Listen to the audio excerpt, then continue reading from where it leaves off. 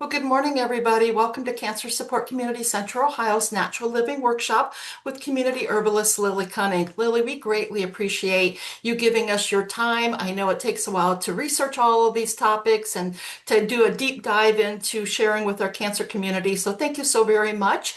We greatly appreciate everything you do.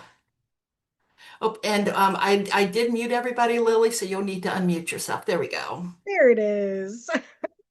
Thank you. Thank you so much. Yeah, and if you're a little shy and you don't want to come on mic, you can also post your questions in the chat, which is a little button down there at the bottom of your Zoom menu. So I just wanted to offer that as well. But welcome, everybody.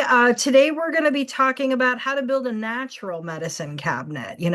So many of our medicine cabinets, they contain remedies as well as body care that we use on the daily. And there are all kinds of natural alternatives that you can start using to replace the items that maybe you're looking to swap out. So we're going to go bit by bit. And of course, if there's something in your medicine cabinet that I don't cover in this presentation, definitely drop it in the chat or wait until Q&A, and I'm happy to talk about that as well. But I'm going to go ahead and share my screen. There it is. Can everybody see it? Thumbs up? Yes. Excellent. Okay. So, yes, so today we're going to talk about building a natural medicine cabinet. And one thing I didn't actually mention was replacing the plastic that are in a lot of Band-Aids. On the Haven site, I've started to accumulate lots of other things besides stuff that I personally make. And I do have non-plastic bandages, usually made out of bamboo fabric, and non-plastic adhesive, if that's something you're interested in.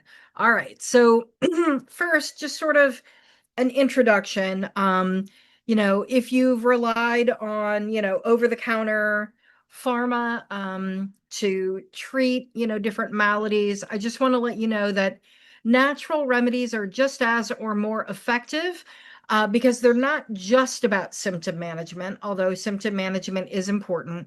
They work towards getting to the root cause of your problem. So, for example, a headache. A headache is a symptom of something. It's not just a headache. You could have sinus headaches, which come from sinus pressure and inflammation and congestion. You could have a migraine, which can be caused by other myriad causes like hormonal headaches or neurological headaches. And so getting to the root cause, of course, is one way to eliminate the problem altogether.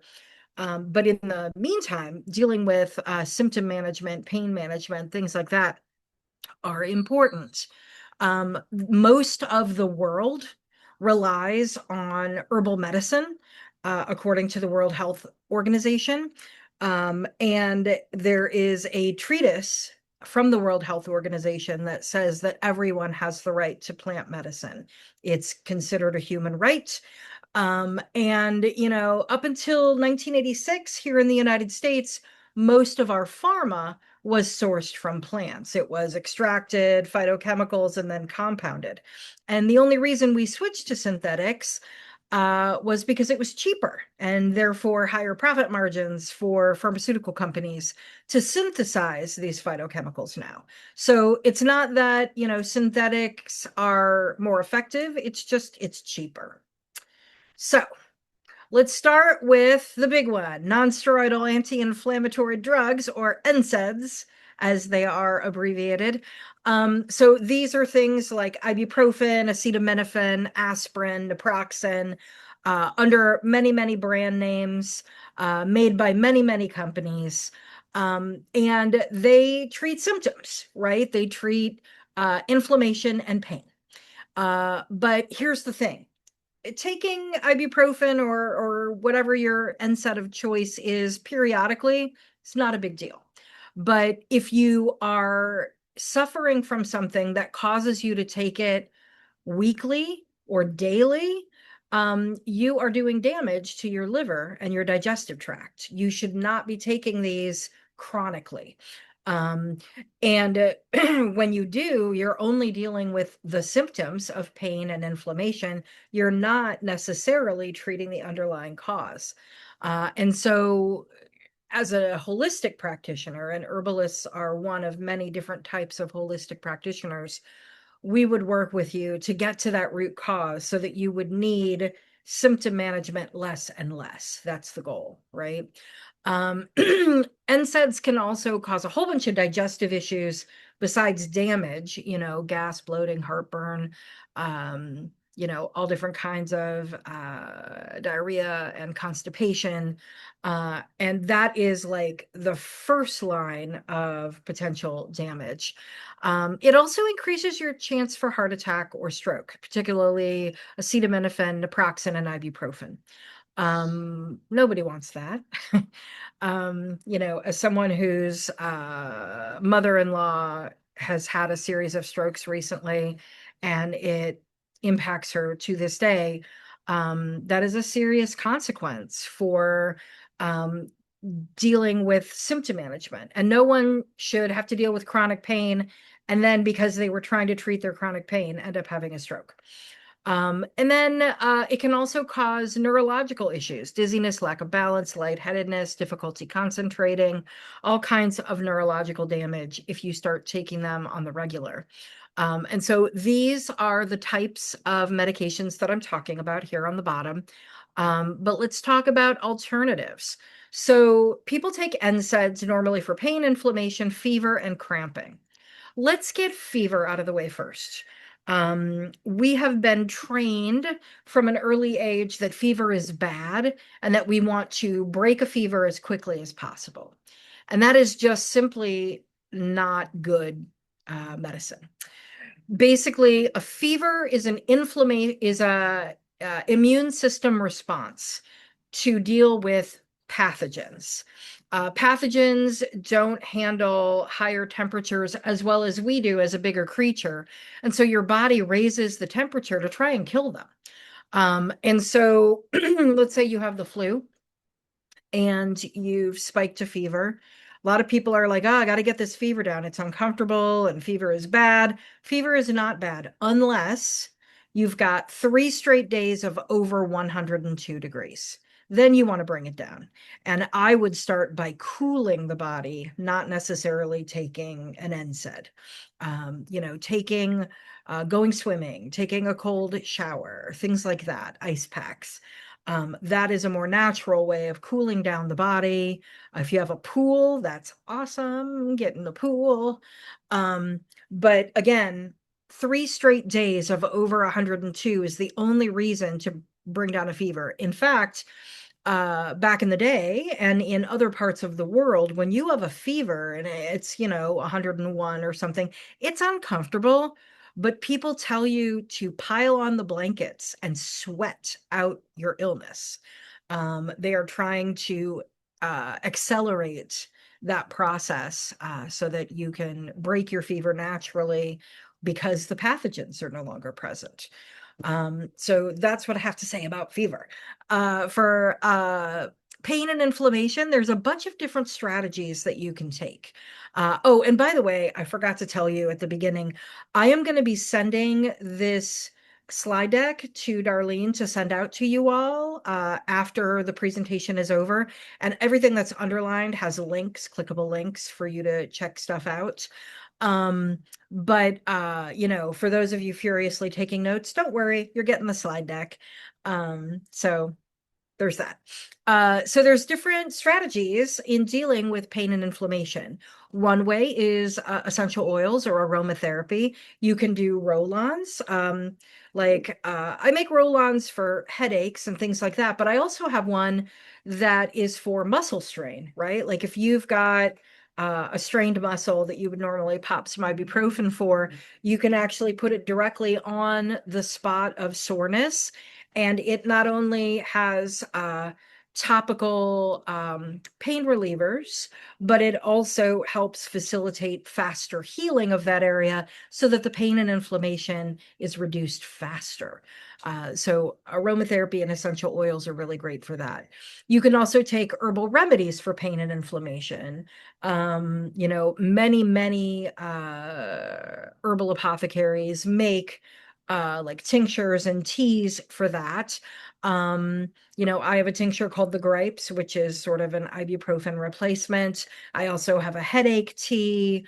There's lots of different ways that you can take herbal medicine. And so, you want to look around and see what sorts of medicines are available to you.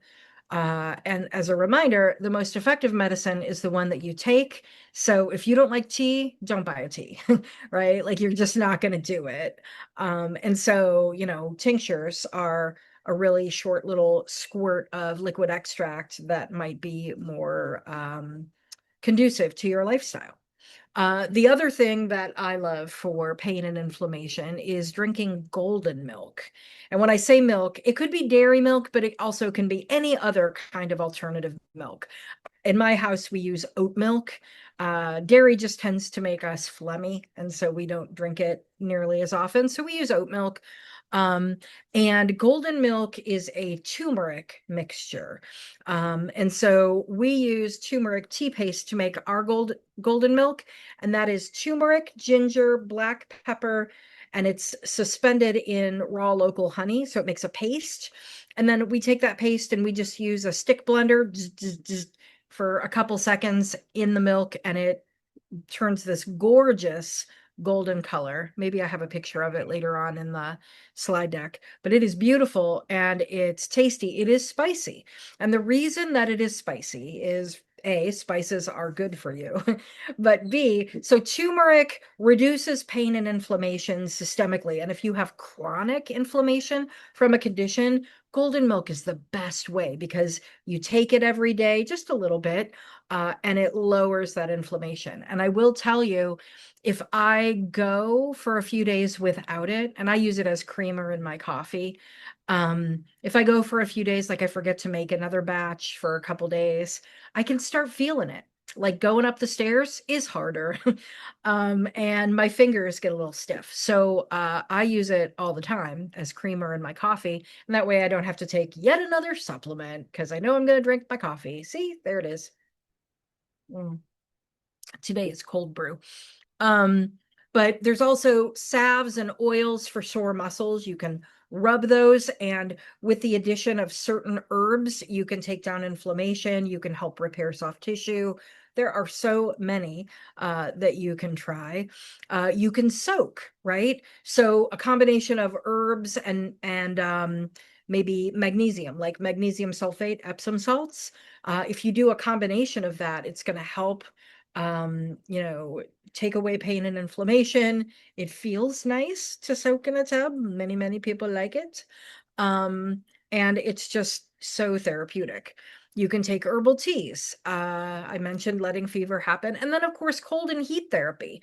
And, if you're not sure which one to try one. And if it feels bad, then do the other. And a lot of chronic conditions require alternating between cold and hot. I know that when I get a headache, cold ice pack on my head feels amazing. But heat is, I don't know, it exacerbates the problem. But when I have sciatica, heat therapy is the way to go, and cold feels bad. It makes the nerves like, I don't know, more jarred somehow. They don't like that.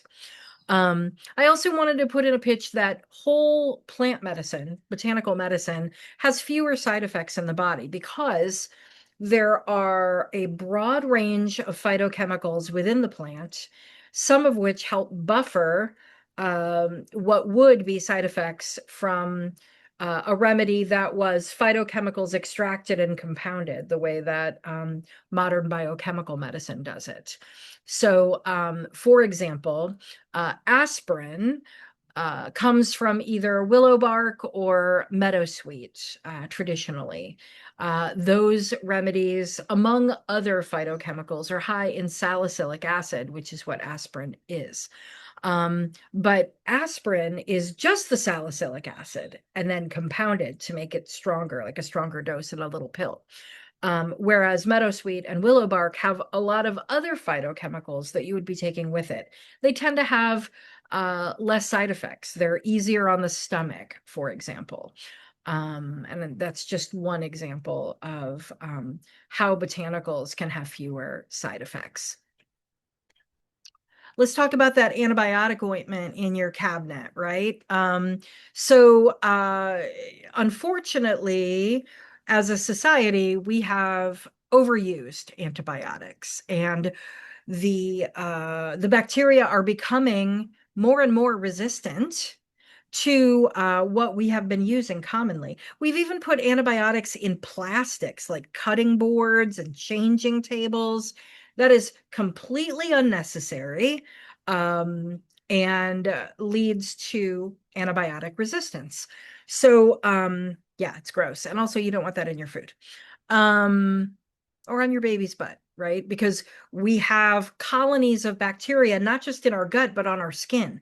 They help keep us well, right? We are not one organism. We are an entire colony of organisms, and we need all those organisms to help us stay well.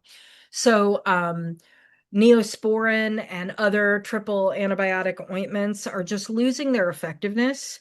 Also, they're petrochemicals, right? Like the cream and the ointment, both are based from petroleum. And that is not something you want to be putting on your skin. I grew up using Vaseline, but honestly, it is not good for us. We should not be using it. I remember when I used to dye my hair like really fun, funky colors, I used to put a whole line of Vaseline around my hairline so that it wouldn't soak into my skin. But yes, it's not good for you. Don't do it if you can avoid it. And you can avoid it, right? Also, because of antibiotic resistance, we're having to use more and more antibiotics, stronger and stronger antibiotics. And now MRSA colonies live and roam free in hospitals. I know people that have gone into hospitals MRSA free and come out with a life sentence of MRSA, and you constantly have to watch for outbreaks and treat them. And it's a bummer, right? And it's because we've overused antibiotics. Those were the big guns. Penicillin was a life-changing, life-saving drug when it came out. And unfortunately, we've overused all the cylinders. Um, yeah, we're having to go to other alternatives. Fortunately, botanical medicine, those antibiotics, because there are antibiotic, antiviral, antifungal herbs, right? So for example, instead of Neosporin, maybe use some boo-boo balm. So not only does it have antibiotics in it, herbal antibiotics, and they do not contribute to resistance. They are not overused. It's effective. It's preserved with beeswax, which is medicinal in its own right. It's not using any petrochemicals. It's olive oil rather than petroleum. And olive oil is something that you can use topically. It's good for your skin, it's good for your hair, and you can, of course, ingest it, as many do. Um, and it Boo Boo Balm, unlike Neosporin, not only has the antibiotic in it, but it also has wound healing herbs in it. So it's going to facilitate faster healing, and it's going to kill anything that may be lingering in the wound. Let's talk about PPIs. So many people have taken these or are on these. It is the most common prescription and over-the-counter medicine used in the United States today. And I will say 25% of all doctor's visits, primary care physician visits, have to do with gut issues. And this is the most common thing that people prescribe for acid reflux, for trying to get away from GERD and things like that. And GERD is no joke, right? We don't want GERD. We don't want our bodies to constantly chemically burn our esophagus. It can lead to cancer risks and things like that. So I'm not saying don't treat this issue. I'm saying there are better ways to treat this issue. PPIs have not been studied for long-term use. And unfortunately, people use them for months at a stretch, sometimes years. Sometimes they go on it and they've never heard that they shouldn't be on it. after years and years and years. It causes liver damage, dementia, like all kinds of bad side effects can happen. All listed here. Don't want to scare you, but if you are on a PPI, we need to try and wean you off. And I'm not against them, right? My son was having acid reflux every time he bent over, right? You can't live your life like that. And so we went on a protocol that included a PPI as a short-term 6-week strategy to implement lifestyle changes, because lifestyle changes take a while to take effect in the body, but they are the most effective. They're also the hardest to implement because it requires discipline. And so my son needed his mom, the external discipline, to make sure that those things happen, that vegetables and greens were being had, that we weren't eating trigger foods, things like that. So PPIs, definitely want to get off of PPIs. And one of the most common strategies in herbal medicine is to start bittering up your diet. Now, bitter is usually a flavor Americans avoid. Uh, that's not true of other cultures. Bitters are a tonic. We have bitter receptors, not just on our tongue. I know you probably all went to school uh learning the same thing I did, that there are little parts on your tongue, sweet, salty, sour, bitter, and the bitter was in the back. That is actually not true. There are bitter receptors for all the different flavors all throughout the tongue. And we have bitter receptors not just on the tongue, but through the entire digestive tract. In every organ, in every part of the digestive tract are bitter receptors. Why? Because when they're stimulated, they stimulate proper functioning.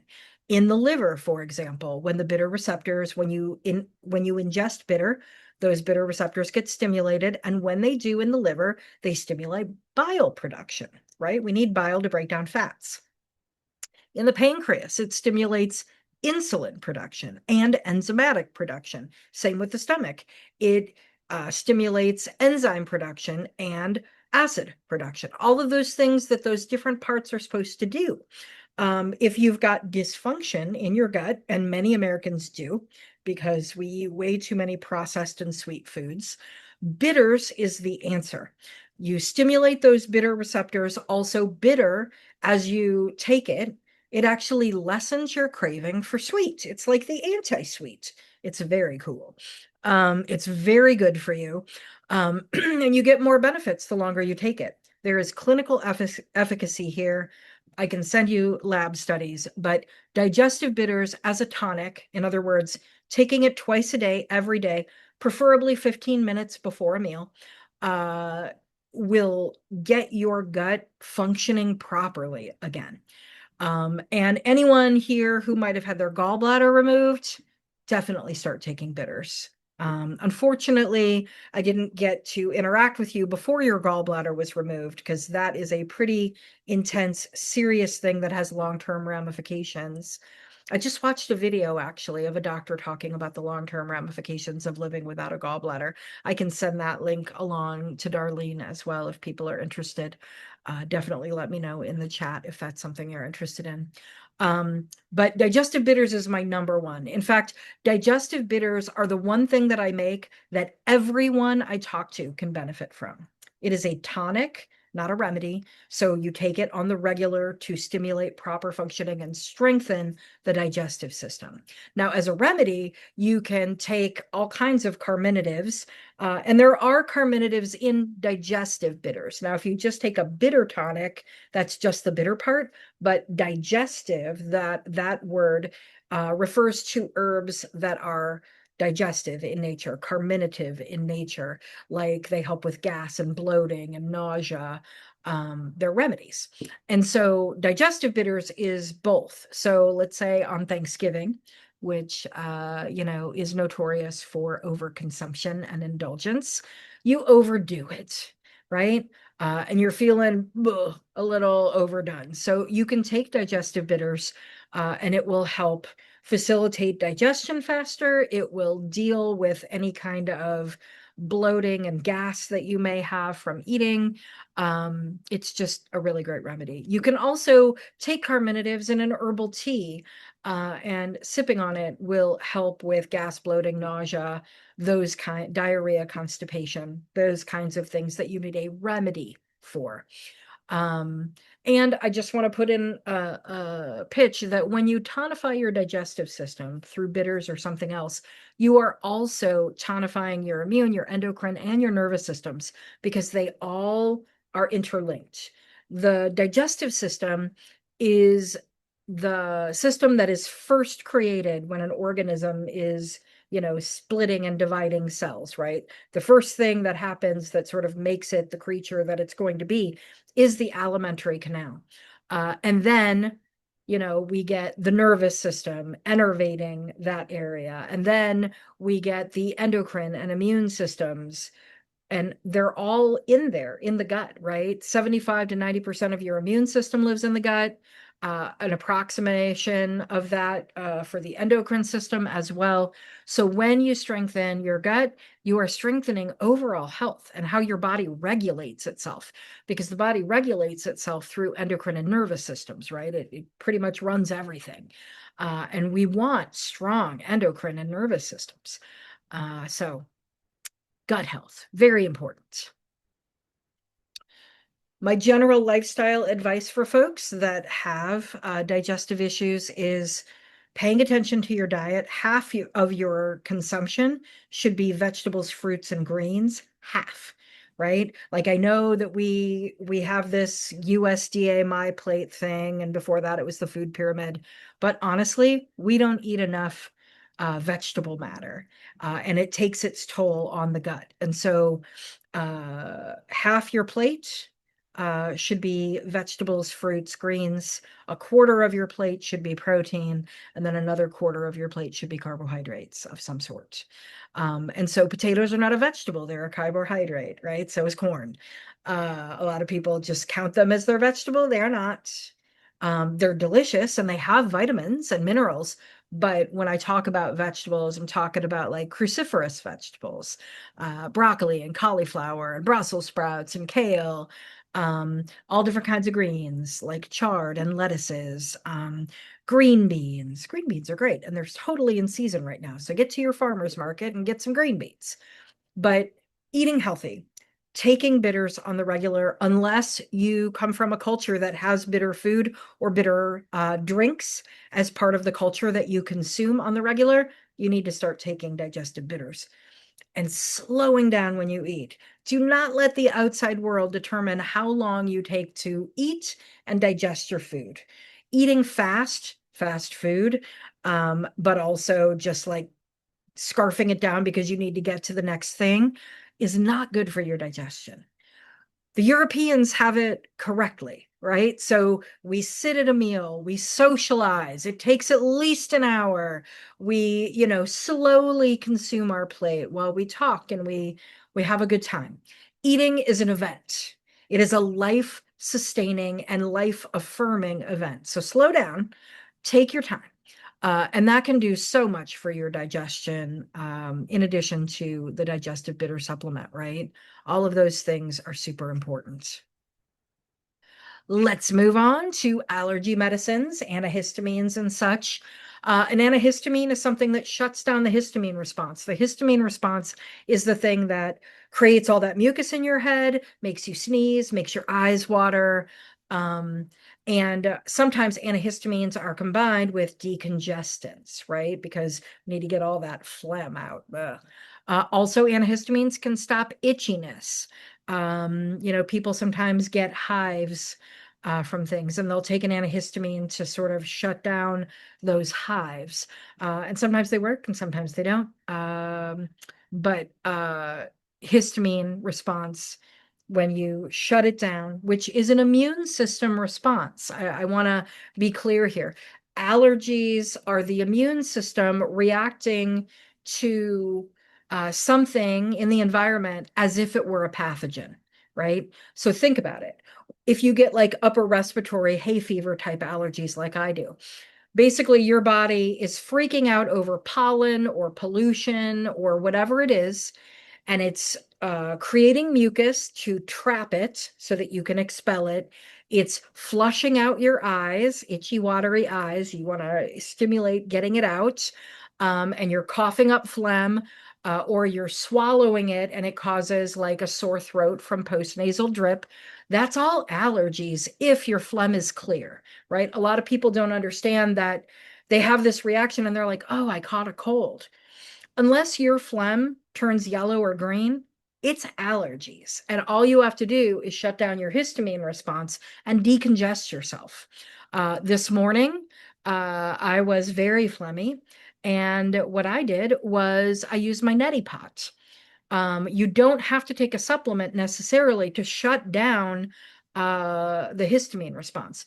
In a neti pot, you use warm water and salt, and I mix salt with baking soda because the baking soda makes the water softer. I live in a place that has ridiculously hard water. Ugh, not comfortable. So I put those in my water, just like a quarter of a teaspoon in the pot. And then you nasally irrigate. And believe me, I was grossed out when I first heard of neti pots, and I avoided them like the plague.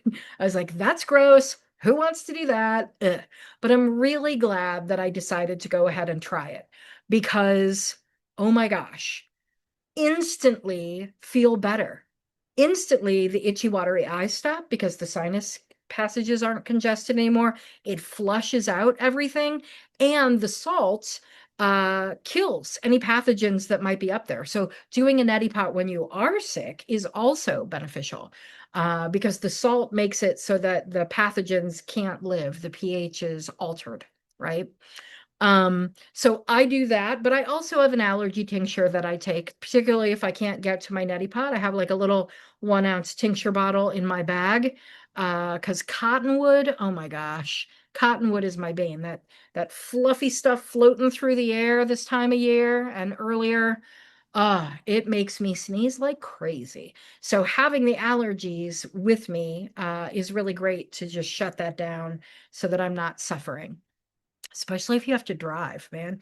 Itchy, watery eyes and sneezing while driving, not a good combo. All right. So, herbal antihistamines, herbal decongestants, herbal itch relief, it's all here. But I wanted to list some plants because some of you may be growing it, some of you may be able to forage it, some of you may want to make your own remedies. And so, with antihistamines, all of these herbs and fungus have antihistamine qualities. My favorite is stinging nettles, probably because just like with people, I prefer difficult personalities. And stinging nettles will sting you when you harvest it. I don't know. I like that. I think it feisty people, feisty plants. I like it. But yes, when you harvest it, wear gloves because it will probably sting you and cause a rash.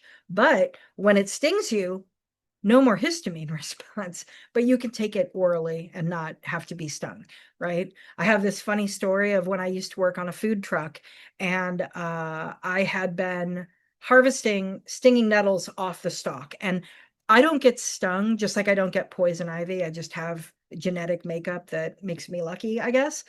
And so I was with my bare hands stripping dried stinging nettle leaves off their stalks because I had had them drying, like hanging up upside down. So I was just stripping them because I was going to make a tea later. And of course, that means that the little stingy hairs, made contact with my skin. Now, I don't get the rash. That doesn't mean I wasn't being exposed to the phytochemical. And so I did that. And then I went to work on the food truck and I had to chop 50 pounds of onions to prep for that day's service. Now, everyone else in the truck was crying from the onions. Not me. Stinging nettles was my friend that day. Did not have a reaction at all to the onions phytochemicals because the stinging nettles won. um, Decongestants, so they can help with both sinus decongesting and lung decongesting. Mullein is a very common one. Many people recognize mullein when they see it. It's a biennial plant, so some people recognize it by the leaves, which are very broad and large and fuzzy. Some people recognize it in the second year when it flowers. It sends up this huge stalk that the Romans used to use as torches when they were dry. They'd dip them in pitch and light them.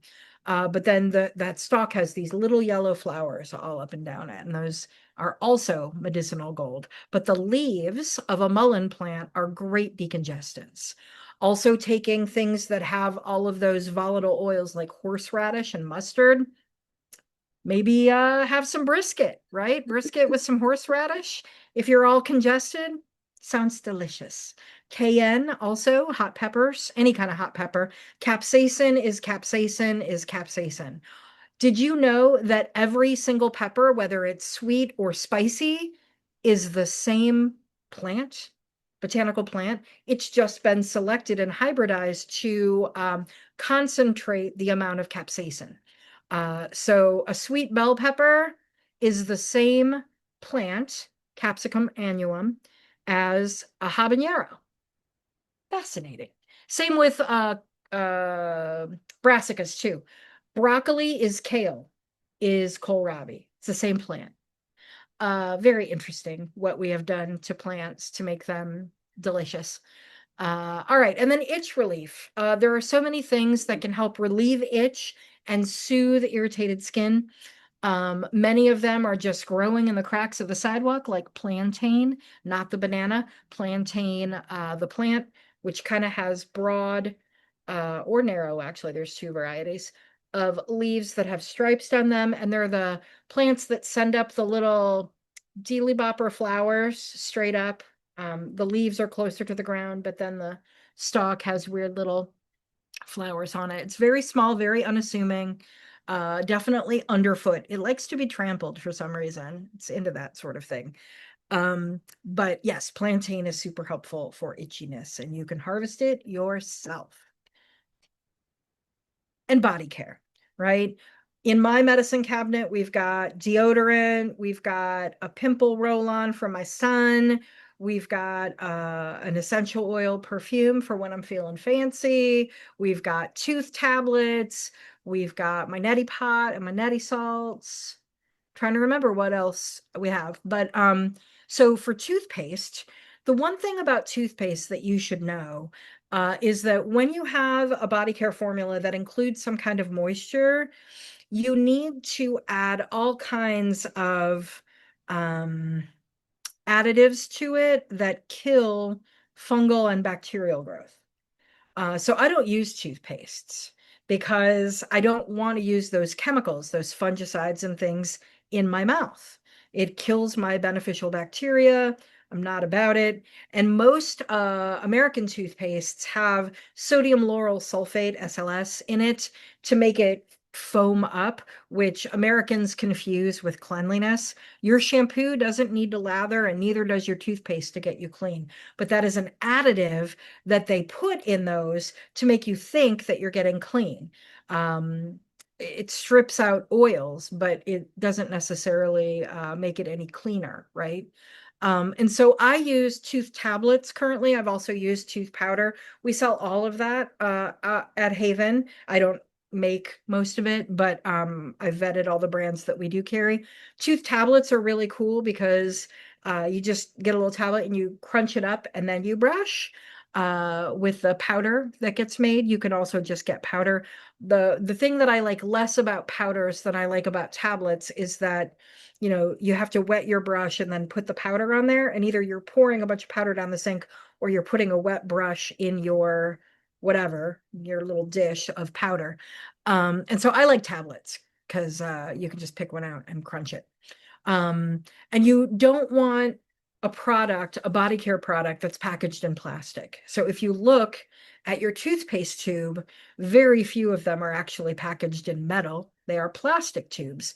And it contributes to microplastics in our body. And so having clean body care is the first level of eliminating microplastics from your life. You can't control what's out there in the world, in the air, in the soil, in the water, but you can control what you bring into your own house and what you use in and on your body. So I really like tooth tablets and tooth powders that are packaged in glass or metal. Deodorant is another thing that has a lot of toxic chemicals in it. Um, you know, the most commercial deodorants are packaged in a plastic tube as well. And they have a base of some kind of fat that smears onto your body to deliver whatever it is that kills the bacteria or alters the pH. That's how natural deodorants work. They kill the bad bacteria that make you stink, and they alter the pH for a while so that the bacteria can't grow back faster. But you can do that naturally, right? A lot of natural deodorants contain a lot of baking soda, which is very alkaline and can cause like chemical burns, make you red and irritated. So, like the one that I make does contain some baking soda, but substantially less in the formula than other formulas. But what I use is probiotics, the probiotics that naturally live on our skin that we want a colony of is in the pit paste so that it can destroy that stinky bacteria that we don't like. And just make sure your deodorant doesn't contain any synthetic fragrance or parabens.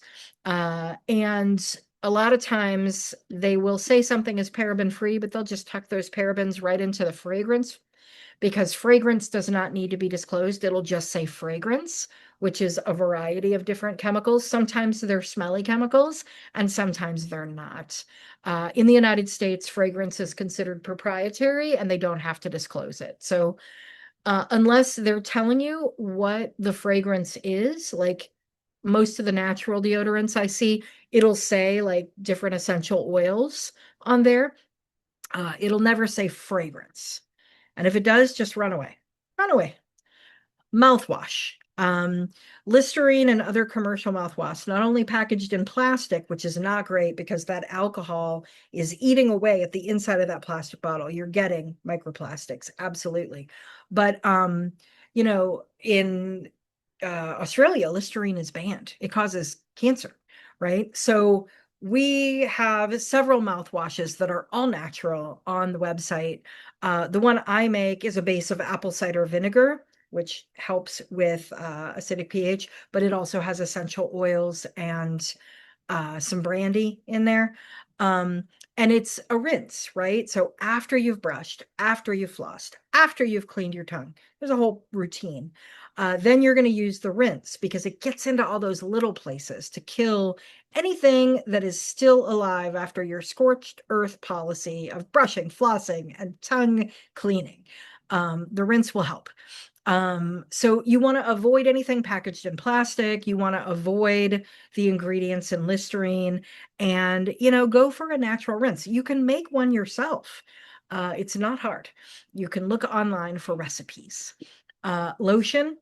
Lotion is a big one, right? A lot of people, they buy the big old pump bottle from the big box store, and it's really hard to get through all that lotion because it takes years. But here's the thing that you probably don't know is that it's probably several years old before you even get it. And in order for a lotion to survive that long without getting mold, it has okay, I won't say that word because you're going on YouTube. It has a lot of chemicals in there that are killers. They kill organisms, and we don't want that on our skin. Yes, we want moisture. Yes, we want emollients, but we do not want fungicides spread all over our skin. It kills our microbiome. So, I wanted to offer lotion to people. So what I did was I made it so that you had to buy it as a pre-order or a subscription. And then once a month, I make them all. I ship them out uh, in glass, and it's a month supply so that because that's how long the natural preservatives can last. And I know that this is a very different way of thinking about your body care rather than just picking it up in the big box store as you're getting other things. But I promise you, it lessens your risk of toxifying you and your home. Facial cleansers and treatments also, you can exfoliate with natural products. The one exfoliant that I make for face is almond meal, along with powdered botanicals and clays. And you can scrub that way. A lot of them use grounded zucchini beans. There's just so many different ways to clean your face that don't require chemicals. You can use an oil cleanser. And for people with dry skin or aging skin, oil cleansers are awesome because what the oil does is it actually dissolves the dirt and gets into the pores. And as you rub it off, it's taking that dirt with it. And no, it does not clog your pores. Especially if you use an oil like olive oil, which is really good for your skin. And then there are acne treatments that you can do topically as well as internally. Um, Spot Be Gone is the one my kid uses, and I promise you, like, put it on and it starts to dry it up immediately. Your little outbreak. It's super effective. But these are all natural, right? We don't have to use what was the one that when I was a kid? Benzoyl peroxide, whatever that is. That's the pimple cream that I used as a teenager. This is way better and way better for you. Now, I didn't want to stop presenting until I gave you all some resources in case you want to make your own body care or remedies. And so, if you're looking for botanicals, Mountain Rose Herbs and Star West are fantastic for getting herbs or mushrooms dried shipped to you. And I like Mountain Rose first because for home use, you can get as little as 4 ounces of a botanical. You don't have to buy a full pound, right? Apothecaries like me, we buy pounds and pounds, but you will probably want ounces and ounces. So Mountain Rose, you can go as low as 4 ounces. They also carry butters, oils, hydrosols, all kinds of essential oils, all of it. And so does Bulk Apothecary, which is here in Ohio. So you can get things fairly fast as long as they're in stock. Essential oils. My favorite essential oil company is Plant Therapy, which you can go to their site. You can also go to Haven Herbs because we carry Plant Therapy. I like it that much. They are a US company. They're very transparent with safety issues around essential oils because they are concentrated corrosive phytochemicals. But Mountain Rose also does that and has a really nice assortment. So if you are looking for botanicals and oils and essential oils, hey man, Mountain Rose Herbs has that all of that stuff. And no, I do not get paid by them. I just think that they're a really good company.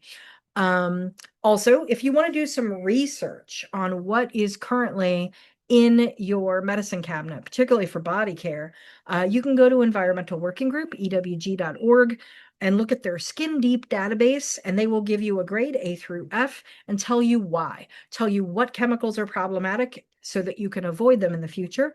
You can also go to safecosmetics.org for body care and cosmetics. If you're looking for recipes because you want to make your own, Mountain Rose Herbs has a great blog, as does Herb Rally. And finally, uh, you as a student of one of my classes can join my student community for free. There is a channel there for Cancer Support Community and the Victory Center, people who are, getting through cancer and cancer treatment, as well as all the other channels on gardening and medicine making and things like that.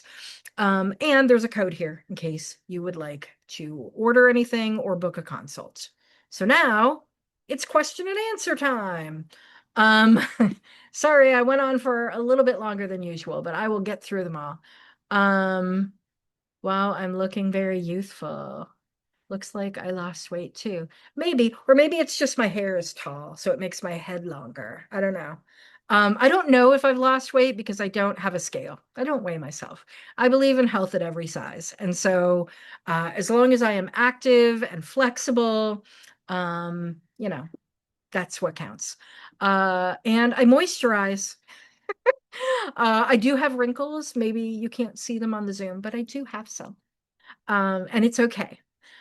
All right. So 80 milligrams of ASA daily is dangerous.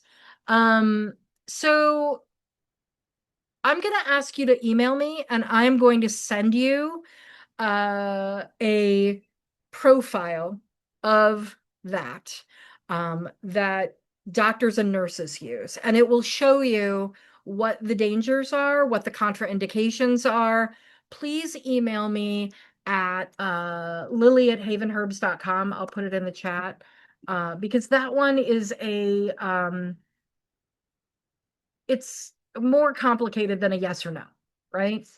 Um, and nuance is important, and all the information is important. So my email is in the chat, and I am happy to send you that. I'll scan it and send it to you.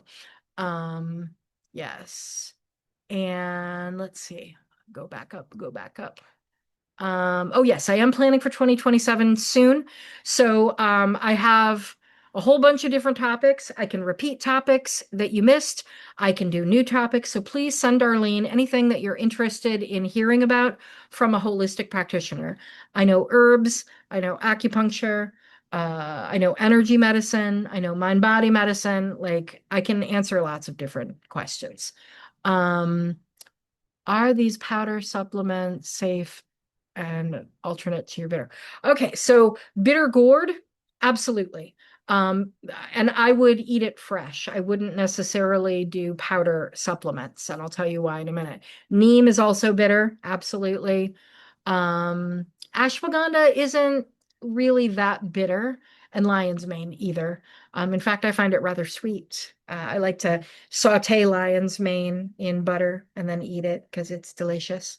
Um, but I do not recommend powder supplements unless you get them freshly powdered and immediately preserve them somehow. Like when I make turmeric tea paste, it's powdered turmeric, ginger, and black pepper, but I order it from a company that powders it right before they ship it to me. So it's only been powdered for a week, and then I put it in the honey, which kind of puts it in stasis, right? Like the honey is a natural preservative. All the phytochemicals are being released into the honey and it stays potent. But powder supplements in general are not as potent. You don't know how long they've been powdered because when you powder a plant, you are chopping up the cell walls that contain all the phytochemicals. And when you do, they start to oxidize, lose potency. You don't know how long it's been like that. So when you buy plants, when you buy herbs, dried herbs that you're looking to make into medicine, buy pieces. And if you can extract it in a tea, you can extract it in a tincture. You can also just buy tincture because they take the plant at the height of its potency and then extract it. But I don't recommend powder supplements, capsules. It's the same reason why I don't recommend bags of tea from the supermarket because they're chopped super fine to get into those bags. You want loose tea, big vital pieces, because they have more phytochemicals in them. They are more potent and they're more flavorful if you're drinking tea for pleasure. Um, but yes, bitter gourd, different kinds of bitter roots, yellow dock, gentian, those are all bitters. Hops, they use it to bitter beer, right? You can do hops. And you might be able to find hops flowers more readily here in Ohio, growing fresh. What is the benefit of cooked versus raw? Um, so it depends on how you cook, and it depends on if you are cooking and then straining away the water, or if you are cooking it in a soup and you're eating that water as broth, right? So when you cook something, whatever medium that you're cooking it in, let's say you're boiling green beans or you're steaming green beans, the steam or the water will crack open those cell walls and soften them, right? Some of the phytochemicals are lost, right? But if you roast, that doesn't happen. If you are cooking those vegetables in a soup and you're eating the broth, you're still getting those phytochemicals because they're within the liquid. So it depends on how you're cooking it. But cooking is how we evolved to be the top of the food chain. Our big brains developed because we started cooking food. Raw food takes more energy to process than cooked food. It's less bioavailable. Your digestive system works harder. That's not to say that raw food isn't good for you. Raw food is good for you, but I wouldn't eat only raw food. There are some people that are like, I'm a raw food vegan. And I'm like, okay, because you're not getting everything that you need when you do that. Cooking is beneficial, and it definitely has helped us evolve into big-brained creatures. So yeah, I would do a combo, everything in moderation, raw, cooked, and how you cook. Don't boil your vegetables to death and then strain them though, because then you're not getting a whole lot. All right. Is allergies safe to use with those? Yes, it is safe for people with high blood pressure. Absolutely. Yes, I will send the deck to Darlene and she will send it on. There's my email. Are chia and flaxseed powder okay to incorporate with oatmeal and avocado? Yes, as long as you're not allergic to those things. Absolutely. They add fiber, they add omegas. Yeah, totally great. To eat those. And that sounds like a very healthy breakfast. Yeah. Oh, we have 2 more minutes. And if I went too fast and people have follow-up questions, please ask. Like I was trying to get through them all because we had less time, but I want to make sure that people get their needs met today.